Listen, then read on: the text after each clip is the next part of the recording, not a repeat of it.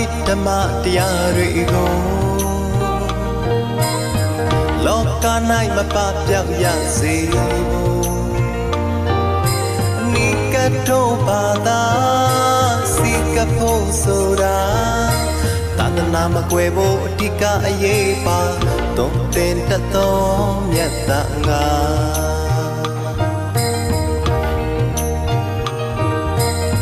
လူဘဝခဏရတဲ့အခိုက်ဓမ္မ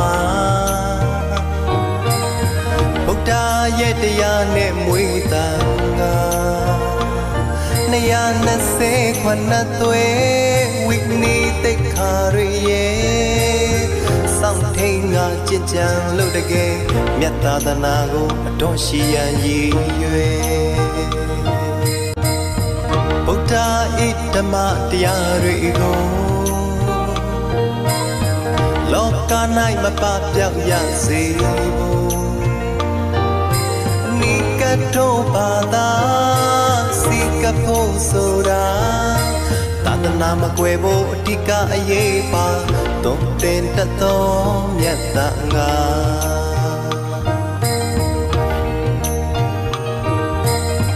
လူဘဝခဏရတဲ့အခိုက်ဓမ္မ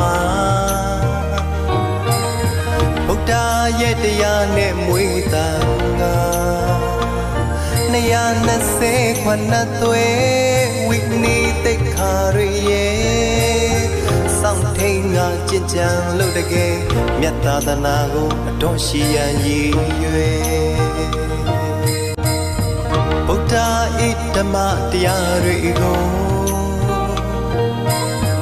လောက၌မပပြောက်ရစေဖို့နိကတောဘာသာစီကဖို့ဆိုတာသာသနာမကွယ်ဖို့အဓိကအရေးပါသုံးသင်တတ်သောမြတ်တာငါ